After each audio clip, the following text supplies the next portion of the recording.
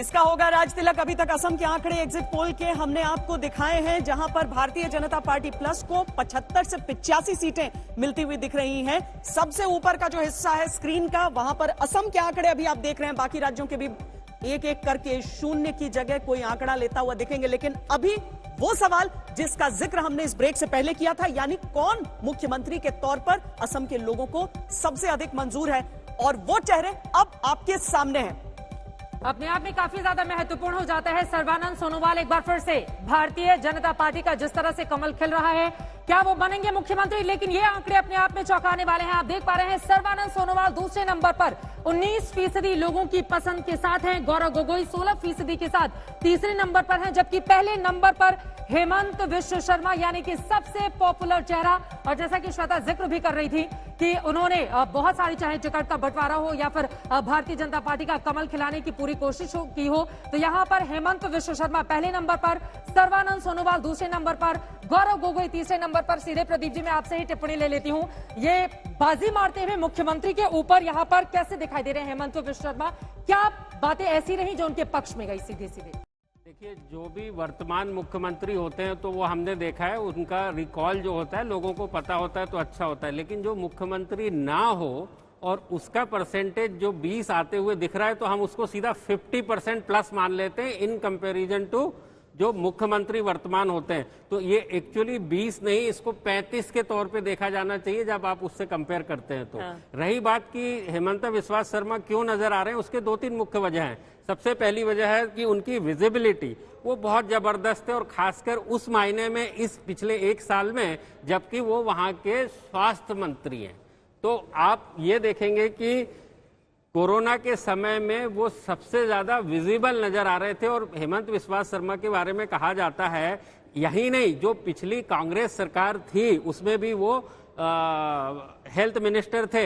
ये कहा जाता था वो रात को 12 बजे भी वहां पहुंच जाते हैं अस्पताल में और लोगों से पूछते हैं कि व्यवस्था कैसी है। तो इसी को मैं रेफर कर रहा था कि जो विजिबिलिटी और जो उनका काम है वो सबको नजर आता है। और खासकर बीजेपी ने जब मुख्यमंत्री चेहरा डिक्लेयर नहीं किया था तो लोगों को ऐसा लगा कि शायद हो सकता है यही बनने वाले हैं, तो उनके फेवर में ये आंकड़े नजर आ रहे हैं। लेकिन संजय जी, गुंजाइश तो कमी लगती है, क्योंकि भारतीय जनता पार्टी तो कांग्रेस से आया हुआ नेता, दूसरा संघ से जड़े नहीं उनकी, तो इसीलिए बहुत अनलाइकली है। लेकिन लोगों की इस पसंद को देखकर बहुत कुछ सोचने को तो मजबूर करेंगे ही।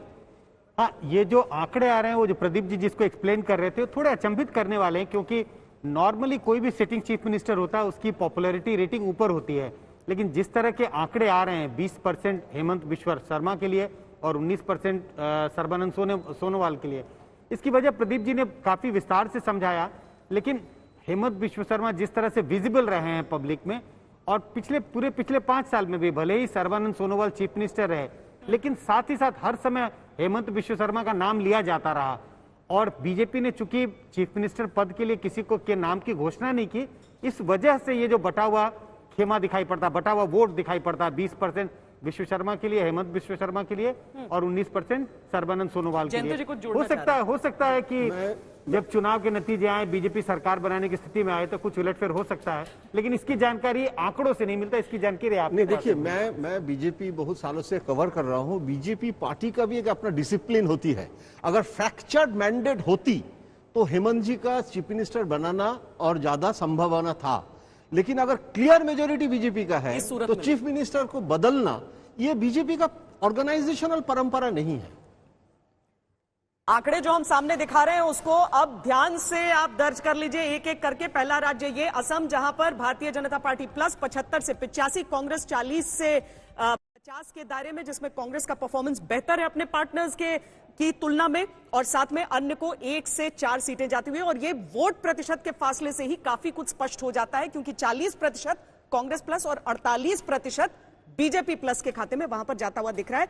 मुख्यमंत्री के चेहरे के तौर पर सर्बानंद सोनोवाल नंबर 2 और हेमंत बिस्वा शर्मा नंबर 1 है। वहां पे 20%, 19% और 16% के साथ कांग्रेस के गौरव गोगोई दिख रहे हैं। हालांकि हेमंत विश्व शर्मा ने ही, आपको बता दें, हमारे ग्रुप से बातचीत करते हुए उनकी ओर से कहा गया था कि असम से कोरोना चला गया, लोगों को मास्क पहनने की जरूरत नहीं है।